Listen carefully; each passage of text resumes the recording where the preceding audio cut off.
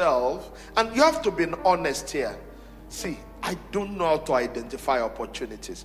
Please, just go and look for a job. I believe very strongly in my heart that not everybody is going to be an entrepreneur.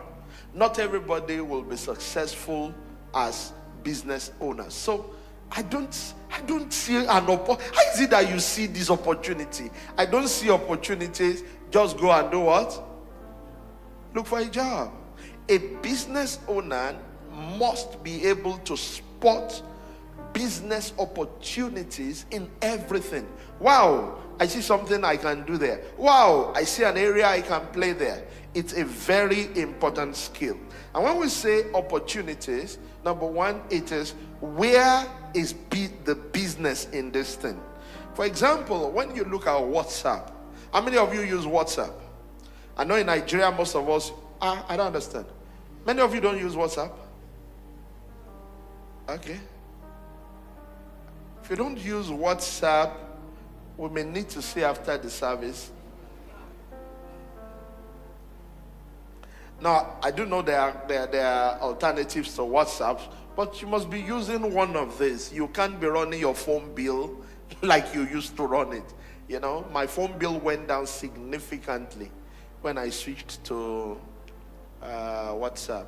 There are countries where they give you free minutes per month just because you are on the contract. So when you use those minutes, it's technically free because the contract amount is a sunk cost.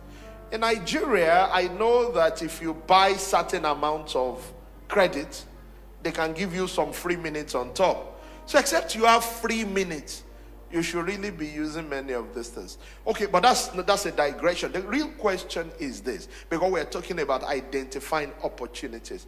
What is the business in WhatsApp? And why did Meta buy it over? What business is there in WhatsApp? How do they make money from WhatsApp? Have you thought about that? Anytime you say this thing is free, know that it's costing somebody something. WhatsApp may be free to you, but it costs the owner a lot. Why did the parent company of Facebook buy Meta over since it's free? I want you to think about that. But think about this, that business is about identifying opportunities. What opportunities exist in this? For example, normal people will say, wow, I think I'm at a disadvantage living in Nigeria. But have you asked yourself, why is it that some white people are coming here and living here? Now, I know that in the current climate, a lot of businesses are now leaving, but some of them are not living permanently. Some of them are just watching from outside that if something improves, we are coming back. Why do you think it's like that? Why do you think that some of the biggest companies in Nigeria today, at least lately, many of them are owned by people who had traveled out and who came back into Nigeria? They are identified opportunity. One opportunity is the population. If you can do something for over 200 million people, it's very difficult to go bankrupt that way because there is the sheer population. Do you understand that? Hello? So, business opportunity. So, for example, you are in this church. And one thing you could ask yourself, one thing a business owner, the real business owner will be asking himself is, what can I do that a lot of people in the church here need? Such that almost all of the people in the church will be patronizing me. That's really what business is about. You look for something that a lot of people are into, or you look for a high margin good or product or service, and that's it, you're rich. So a business owner needs to be able to identify opportunity. If you are the type that say, I don't know what to do, I can't see anything, please just look for a job and be doing fine at your job, because it's not just the first identification of the opportunity a business owner needs. It needs to constantly identify opportunities. He also needs to be able to identify value. Now, for so many years, and I think probably even now, I didn't check, but probably even now, Amazon is not making money. Is somebody hearing me? There's revenue, but no profit. Okay? I didn't check what their current financials say, but for a very long time, we call such businesses loss leaders. The owner knows that he's not making money and is deliberately selling below his cost price. So he's making a loss on that business. But there's a reason he's doing that. Number one could be to kill the competition. He has money. So say, you are coming against me. It brings the value down such that the competition, they are holding business meetings every day. Say, how is he doing it? How is he able to fix that price? And the numbers are not agreeing. And the reason they are not agreeing is because the number cannot agree. You are dealing with somebody who has the capital. Okay, so he's making losses deliberately, and when every one of you has now left the business, it will now come up again. That could be a reason. Another reason is because he's using that product to sell another product. So even though he's making a loss in A, he's using A to sell B, and when you put A and B together, it's making a profit. That's actually what is happening to Amazon. So you must be able to identify value. What can I do that can be exchanged for value? You know, sometimes people come and ask you for money and beg you for money. And when people come like that, one of the things that happen is you assist. But when it keeps happening, even an adult does not feel like wanting to come. Do you know what I'm talking about? Now, versus somebody came one day and said, Pastor, I've written a book. And when I looked at it, actually it's a booklet. Very, very, very, very tiny like this. I can finish it in 20 minutes. Everything he has written, I can finish in 20 minutes. But because he brought a product to me, okay, I have this value I want to contribute. He brought it. And guess what? I was compelled, because it's just natural to appreciate effort. You want to appreciate people's effort. I think I gave him 20,000 naira or so. That was many years ago now. For just a few pages. I think he probably was selling the book for 500 naira or 300 naira, because it was many years ago. But what happened? For that effort, I gave him 20,000 naira. So identify business, identify value. It's a skill every business owner needs. So the assignment I'm going to give you is this.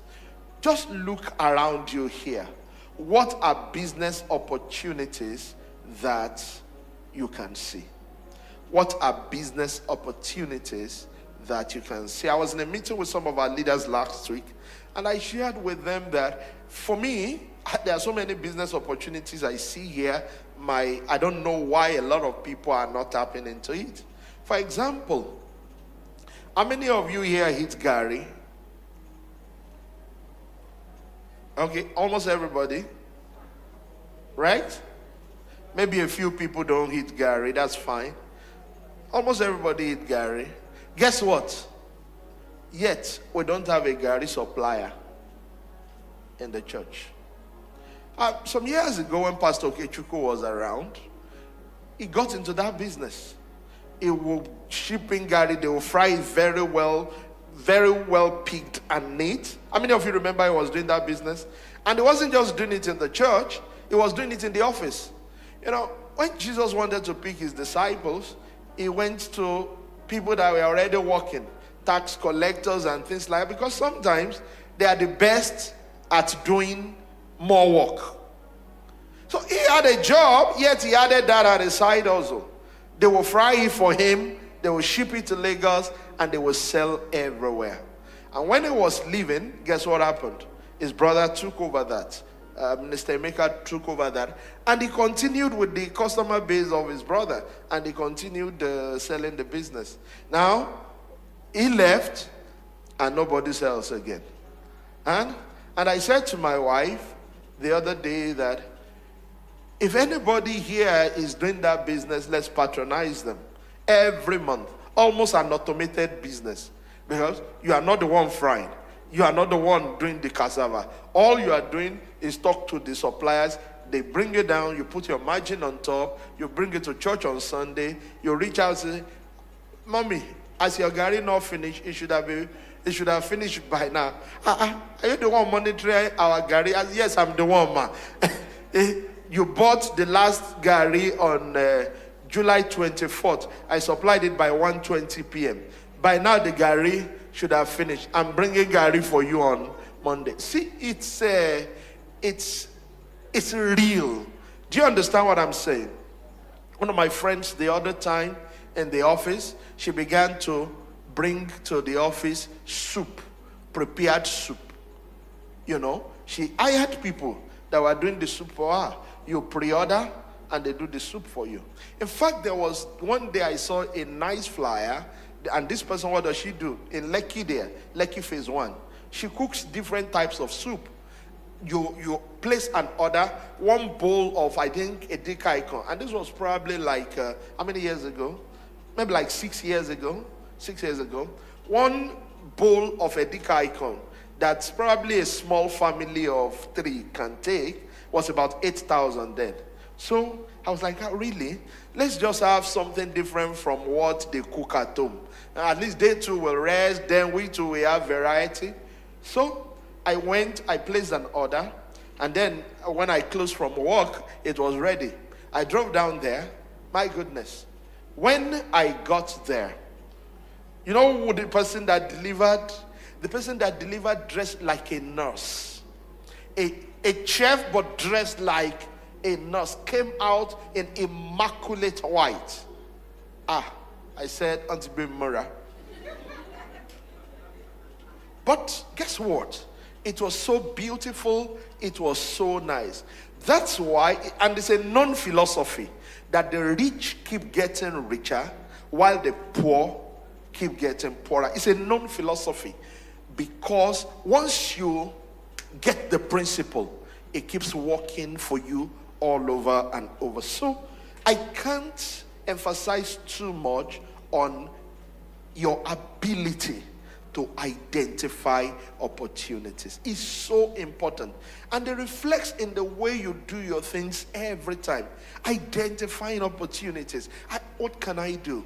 Why is it like this? Why is that not like that? There was a time a brother here decided to go into laundry business. And guess what? He told each of us that, sir, I'm into laundry business. It's not enough to just pray that God will bless me. I'm now doing business. I said, well, if you can iron my clothes very well and bring it out very beautifully, you have my business going forward. And guess what? When he did the first one, he did it so well, so nice, that I said, that is it. And I think about a few of us, I remember I was giving him work. Pastor Wale was giving him his business. Pastor Kechuku was giving him his business. A lot of us were giving him our business. Why? Because he was paying attention to the fabrics, and he was paying attention to the finesse. The finishing was good. It was as if we gave it to a big business. Without all the overhead, he was doing it so well. I even offered to do home service. So he comes to your house with his iron. We had one like that also. He'll come to your house with your iron or with his iron. You give him a table. He uses your electricity. And he does everything that he needs to do. And by evening, he is gone. A small business. And he can graduate from that to an agency.